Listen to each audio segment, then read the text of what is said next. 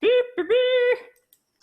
Usually I get a notification when you go live. Here we go, live on Facebook. We are live. It's Monday night. Let me get it on my phone. Hello, everybody. Let's see. It's not on my phone yet. There it is. It's Monday night. Now streaming. She's announcing what night it is. Okay, we're going to go. Hi, guys. I can't see anybody yet because I need to get back on my. Here we go. Oh. I'm there. La, la, la, la, la, ha. Hi, everybody. Be the first to comment. There's 5 people Monday. on here already. You I guys think I are hit my button. incognito. Nobody's talking yet. Oh, my goodness. We can feel you. No, well, I can see the number. I know. We know you're there. Hello. This is really Hey, weird Veronica's because watching. there is a lag. So, I am like, watching. Chris I'm is watching myself watching. on two things. Yeah. So Shayne's like, look at me there. Look at me there. Look at me there. No, but it's like there's a lag, and like I'm like. Hello, Lori Nielsen. Hello, Chris. Hello, Kylie. Hello, Kathy. Kylie. All these fabulous people. Thank you Hi for from adding the your life. rich. Oh my goodness, that sounds Yeah. wonderful. So, happy rainy evening. Oh, it's just a fabulous day. Going nowhere, but I had to run errands. It's No, like a I didn't go fall anywhere. winter. I ran in and out of the house bringing half blooming hibiscus in all day because they were not following the rules. They're supposed to go to They're sleep confused. now. And they're like wide awake. They're like, we'd like our picture being taken. Hi, Mindy. So, Monday, tonight, God, Monday night. Monday. Been doing this for a while.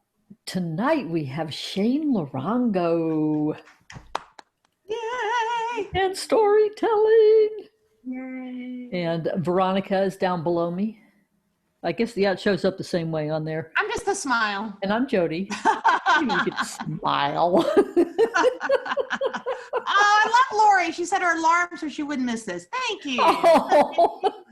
Ah, and Kylie said 3 beautiful souls. We love y'all. You're so good for our Thank hearts. you guys for joining us. We're in Thank for a you. treat tonight. Chris has her slippers on and a cup of tea. All right. Thank you, Kathy. You know, I'm just going to throw this out here. Maybe one day, maybe after the 11/11, we actually do a Zoom where all our loyal fans are on with us.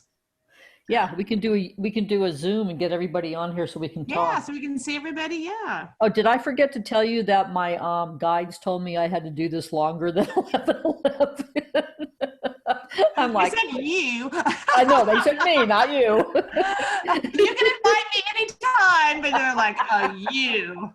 8 o'clock. How am I supposed to pack and do this at the same time?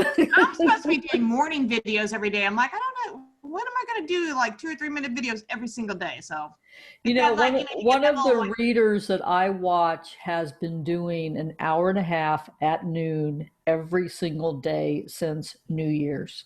wow, that's He's amazing. missed one day. And I'm like, okay, I can do 15 minutes once a night. Yes. You know, Yes. when I get into that whiny mode and I don't want to. So what we're going to do is I'm going to change the sound setting, clicky, and dial us in with some music, which you cannot see. I don't know if I can turn this. Beep, beep, beep, beep, beep, beep, beep, beep, beep, beep. Oh, look at that. Maybe I I can. want to come play. Beep, beep, beep, beep. Nice. Very There we nice. go. I'm going to play those guys and a few more in the front. So this is the heart math set. Hand on heart. And take a really deep breath. And just relax your shoulders. And settle your body. And as you tune in with your breath, notice how you're feeling emotionally. And honor whatever that is.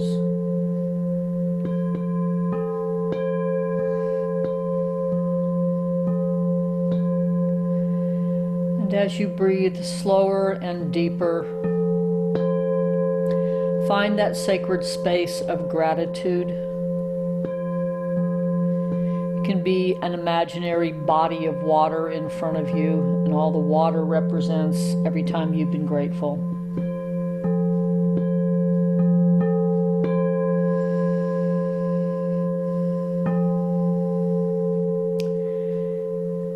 And breathe in this energy of gratitude.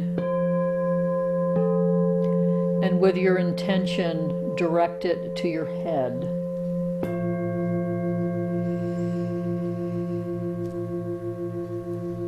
So your heart is talking to your head.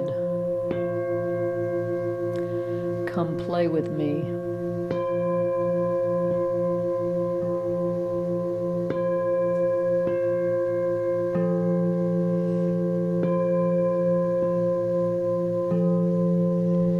And with breath and focus, your head and your heart come into harmony.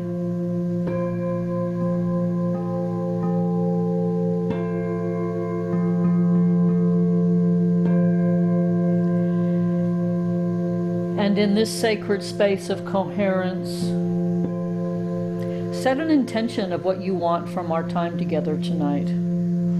Just how would you like to reset, reboot your energy, which is the intention of what we're doing.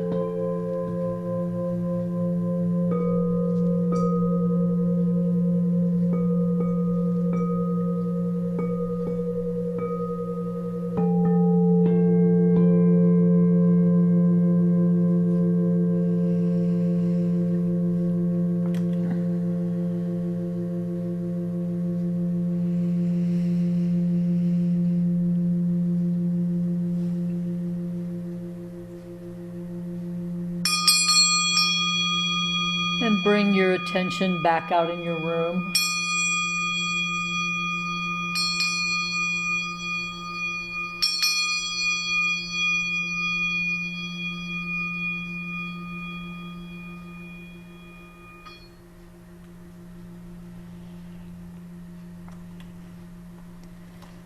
Okay, I think we're dialed in, so Shayne can take over.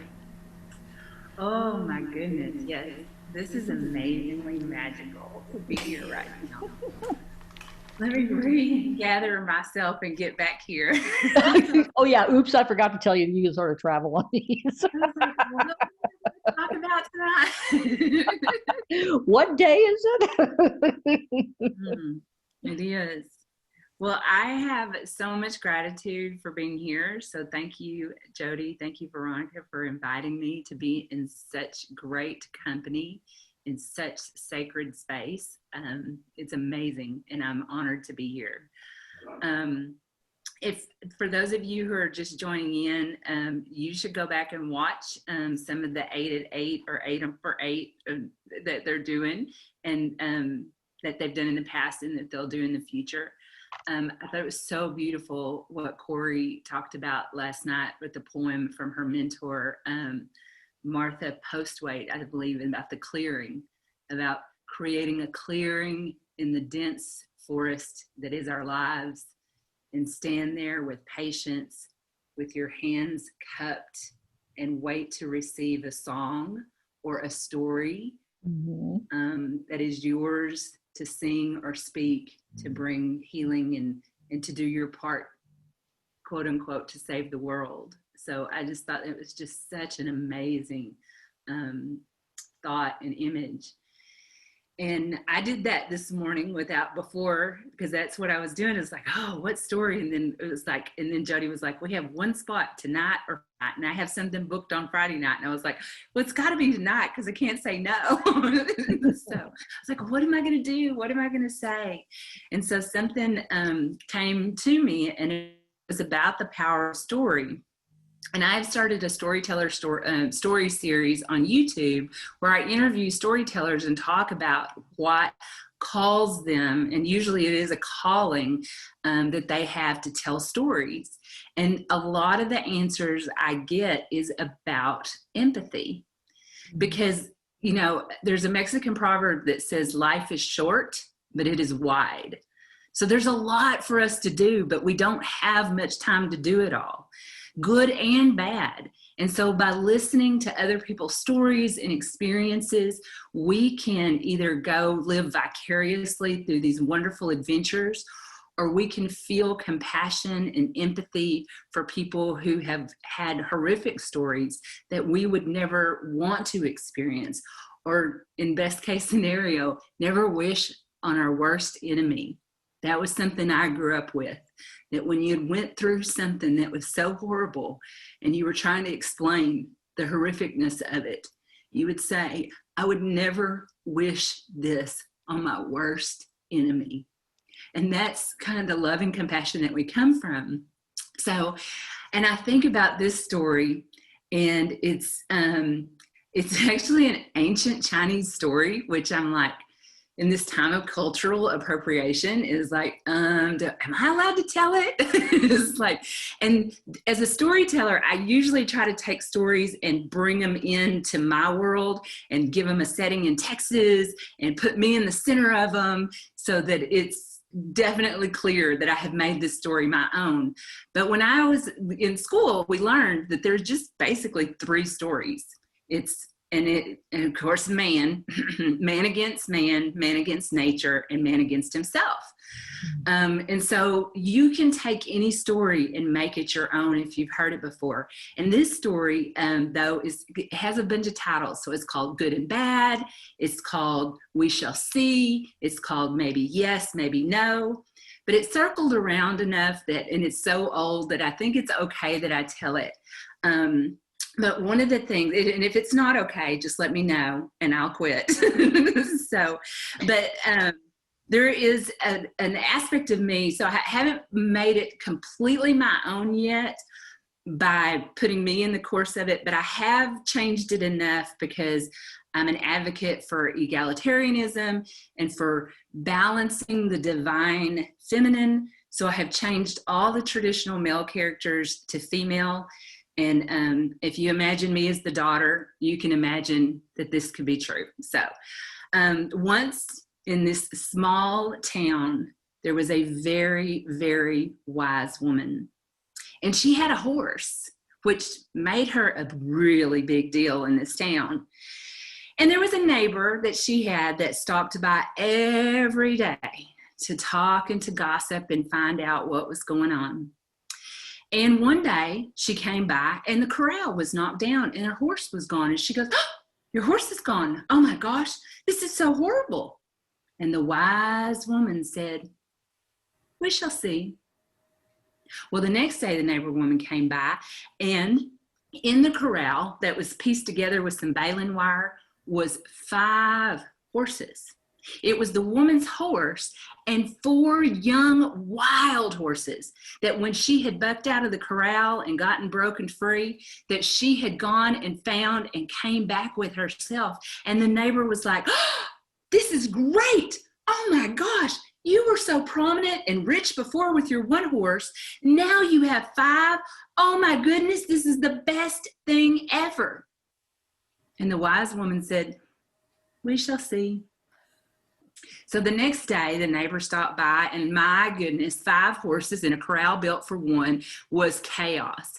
And there were boards knocked down, and there was baling wire, and the woman was furiously trying to get everything together and keep them in and everything. And the neighbor was like, oh, all these horses, oh, it's so horrible. They're knocking down your corral. You're going to spend the rest of your life building fences. She said, we shall see. So the next day, the neighbor came by, and lo and behold, the wise woman's daughter was there. And she was like, Mama, don't you worry about these wild horses. I will tame every single one of them for you. And the neighbor was like, oh my goodness, it is so wonderful that your daughter has come to do this task for you, and you'll have 5 tame horses. This is amazing. And the wise woman said, we shall see. But lo and behold, that daughter took off more than she could chew. So she tamed the first one, she tamed the second one, and she tamed the third one. And she could have stopped while she was ahead, but she didn't. And she was too tired, and she was too stressful, and she'd saved the worst one for last, which you never should do. And lo and behold, that 4th wild horse bucked her off and broke her leg. And the neighbor said, oh my goodness, this is the worst. To have a daughter with a broken leg. How will she work? What will happen? What will you do? And the wise woman said, we shall see. So this is where it gets a little weird, but if you understand it's the ancient Chinese story, just go with me.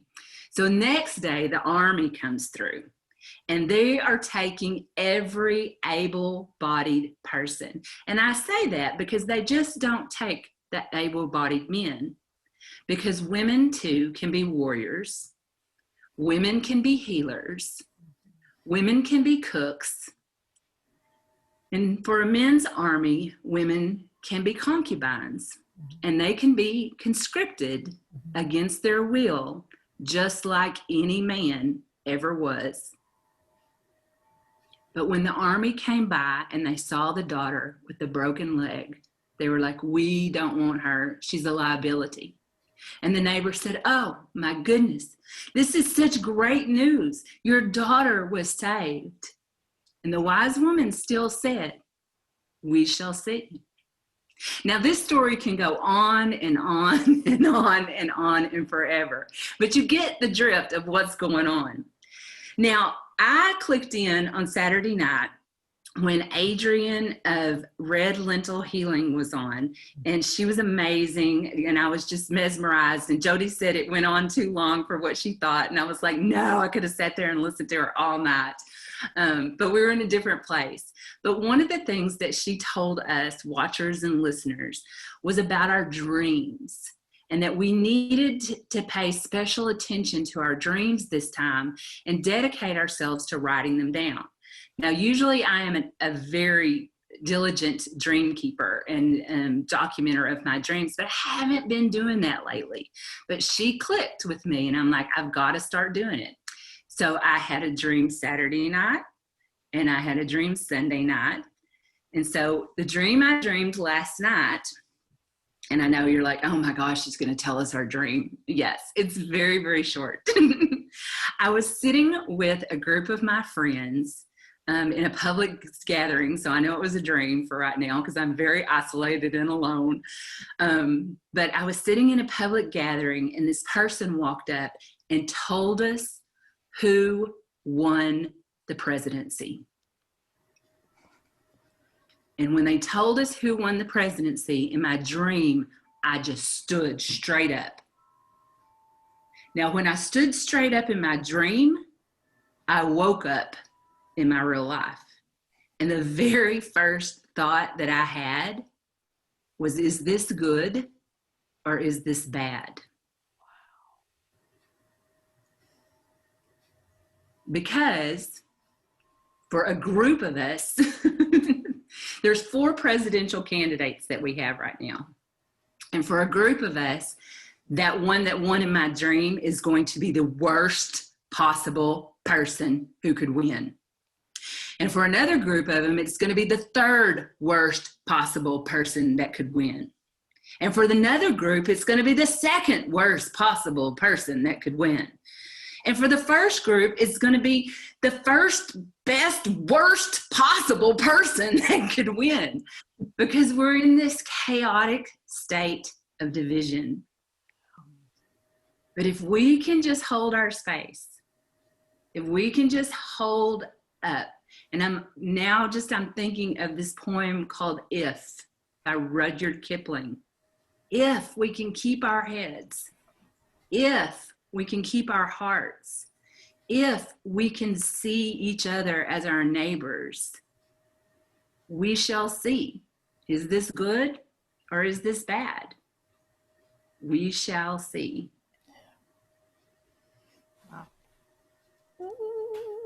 Oh, that was beautiful. Beautiful. Thank you. Thank you. And I don't know how much time I have, but You got a joke. I heard you got a joke. I do have a joke. Oh, we hear you have a joke. Yes. Do we have time for me to tell a joke? Absolutely. Absolutely. Yeah. Okay. So I wanted to see some of the comments about who was on. I see some greetings, some thank yous. I thank everybody who logged on, and I'm trying to scroll through. if there were people that were commenting during the story. Because this is another thing. Storytelling is a very dynamic process, and we were talking about that. And so to be a storyteller, you're trying to read your room and figure out, you know, what you need to emphasize, and if there's a capture of attention, you might want to go down and explore that more, or unpack it, as people would say. And so it's really hard to like keep the focus and like do the comments and know, am I resonating with this audience? Do you hear me? Or are we connecting in this heart space? So yeah, it's an interesting process. So I wanted to tell you that when I was in high school, I was a very troubled teenager, to say the least. But I was also very curious, and I loved learning. And when I was a senior, I had a lot of electives because we didn't have that many, we had more hours than credits that we needed. And so I had a lot of electives to fill, but I was taking electives like advanced biology because that's who I am. And I loved my teacher that I had, which was one of the only female high school math or science teachers that I had, and her name was Linda Mayfield. And she was also my driver's ed teacher because I lived in a very small Texas town. And I loved her so, so much. And I was so fascinated. I remember a lot from that class, but one of the things that I remember, besides this joke, was that I was so fascinated with genes and looking at, you know, I don't even know if we had the word DNA then. I honestly can't remember, but to look at our genes. And if I would have known what a geneticist was, that's what I would have been. But I went to a small town Texas public high school, so I had no clue. And I actually had one man tell me about when I was 18 years old, and I'm sorry, I'm going to say a cuss word, but it was a quote, that he looked at me and he said, "You are a backward ass country fuck." And I just remember looking at him and not knowing like how to respond to that. But in this day and age, I would look at him now and I'd say, and we all got to start somewhere. Up until I was 18, I had no responsibility for that. But when I'm a grown woman, then it becomes my responsibility. But yeah, so I had no clue what a geneticist was, but it's probably a good thing that I'm not that now. But anyway, I'm a storyteller. It's safer, I think. I don't know, because I would have probably done some crazy things. But Linda Mayfield told us this joke, and I was the oldest person that was in this class. I was a senior. I was the only person taking it as an elective, which everybody's looking at me like, what is wrong with you? So I had this, and I had a reputation. I was a wild one, and they're like, what is this wild child doing? And I made A's. So it was great. But she was in class, and she stood up there and she said, once upon a time, there were 3 strings. And these strings got lost in the desert. And it was horrible. They didn't know which direction to go. They didn't have any food. They didn't have any water. And it was just a miserable, miserable time. And they struggled. And they struggled, and they kept pushing forward, moving through this hot desert sand. And then one morning they woke up to this mirage, to this oasis. They weren't sure, but they could see it in the distance. And they made their way towards it and got closer and closer. And sure enough, there were palm trees. And they knew there had to be water because of those trees, but there was a building that was built over where the water would be. And so they made their way up, and the first one could see Joe's Bar. And he's just like, I don't know, this is crazy. I might be seeing things. But he rushed in and he walked and he gets there, and it's a bar. And he gets up on this bar stool and he says, water. And the bartender looks at him and said, how did you get in here? We don't allow strings. We don't serve strings. Get out. And the string is like dying. And the bouncer comes and picks him up and throws him out the back door. Well, the second string kind of sees this, and he's thinking, and he's making his way towards it. And he's like, well, I got to be tough. Like, I got to act like I belong. I have to really make an impact. So he gets in the bar and he sits on the bar stool and says to the bartender, give me a beer. And the bartender looks at him and says, I told that other string, we don't serve strings. Get out of here. And the bouncer comes and picks up this string, and he's dying of thirst, and they throw him out the back of the bar. Well, the third string was slower, and he was kind of the observer of the group. He wasn't the Gemini. The Gemini was the first one to rush in. This one was laid back.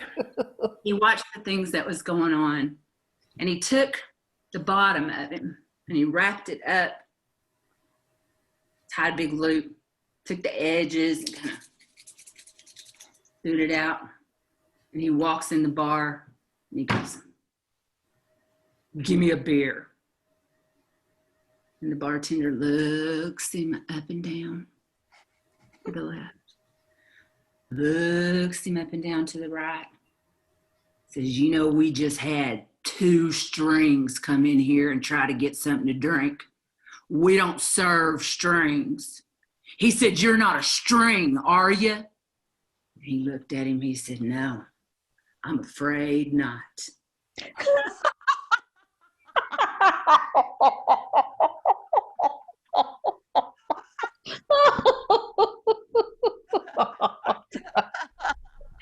I love it. We have the power of story. We have the power of story, but we also have the power of language. Mhm. That was great. Oh, God. Oh my goodness. Needed You that are laugh. fabulous. I Oh my know. God. You're God, it's so good to fabulous. hear you again. It's been so Yes. long. I'm glad to be here. I was so excited when, because I was trying to type a question to Adrian, and I was like, but I was trying to listen. And so I would like listening, and then I would like not be typed, and then y'all would go, and I was like, and then y'all would move on, and I'd be like, But the question I was trying to ask is because of during all of this, it was like, what is my next step? Like, I'm sitting here in my clearing of my dark forest. Then I didn't get my question out. And the next thing I know, Jody goes, Shayne, you need to be on. You need to tell a story. And I'm like, next step. It really is, just to utilize this medium while we can to get out there. Like you on YouTube interviewing storytellers, but coming on here and telling stories, for everybody's, especially like I'm alone, Jody's home alone, like those people who need some connection. It's a fabulous way to connect. It's not the same, but like I said, though, it brings such meaning to me to be able to do this and listen to new storyteller. Like you are fabulous. I've never heard you. I mean, it's just like phenomenal. Thank you. Yeah, you got to do more of it. Yeah, like just don't do it at 8:00 so you can go to our thing and we can go to your thing. Yeah. Well, and it is like I need to do this, but like it's one of those things to get up there alone on a start telling a story. It's like it doesn't feel right. Yeah. And so this felt right. It's like I'm in community. It makes a little sense. I was watching Jody and Veronica, like I could see your faces. Yeah, I had an audience, so it's a whole new way to do things. And I'm working. I'm a slow learner. We're learning. We're learning. It's temporary, but it's like, wow, it does serve a huge purpose for adding your laughter and your fabulous storytelling for people. And for those who, more people actually watch it offline than live. And so we're always getting comments afterwards. So, but I invite you to, like, but not at 8, so we can watch you too. Start doing Facebook Lives and storytelling, because, it just, you have no idea whose life you will affect by doing that. Yeah. Yeah. I'll work on it. I'll get there. We'll invite her back so she can work on it again. It's like sitting in that clearing and figure out. That's another thing. It's like, what story am I going to tell? Like, there's something about knowing this is like a story comes. But you know what? Be spontaneous, because I'll do, like, my Facebook Lives are pure downloads. Like, I don't, like, I'll go for a walk and I'll hear a song. I'm like, okay, and I'll play the song and I'll pull a Louise Hay Power thought card and I'll just talk. And so sometimes it's just so when I'm being asked, like, I have 2 speaking engagements in December, and they're like one of them's like, well, we want to know the title and this, and 3 questions. Like, I'm not used to doing that. I'm just used to downloading. So be spontaneous. And I'm used to the more organized direction. And so, like, I need a little bit. I need to get in the flow. I do. I need to have your story. So. So you got people laughing on the page, which is fabulous. Yes, we do. Thank you so much. We do. Thank you. Is it past your bedtime, Jody? Do we go past the bedtime? I woke up at 3:30 this morning. Yeah, it's close to mine. I got up at 5, so I'll be like, in 30 minutes I'll be. Yeah. So well, thank you so much. You. And I'm gonna close with trying to point on screen with Big Mouth back there. That's a 36-inch. She's not pointing at me, people. She's pointing I'm pointing at Thunder. He's a 36-inch Chinese gong, and there's a couple of others around him. And I can actually broadcast him through Zoom. So just find my mouse. There we go. And we'll just close out with a little bit of growly gong. Of course, I can't come out from under the blanket because I'm sitting on the floor in front of the window and it's bloody cold in here. Somebody turned off the heat. Okay, that's this.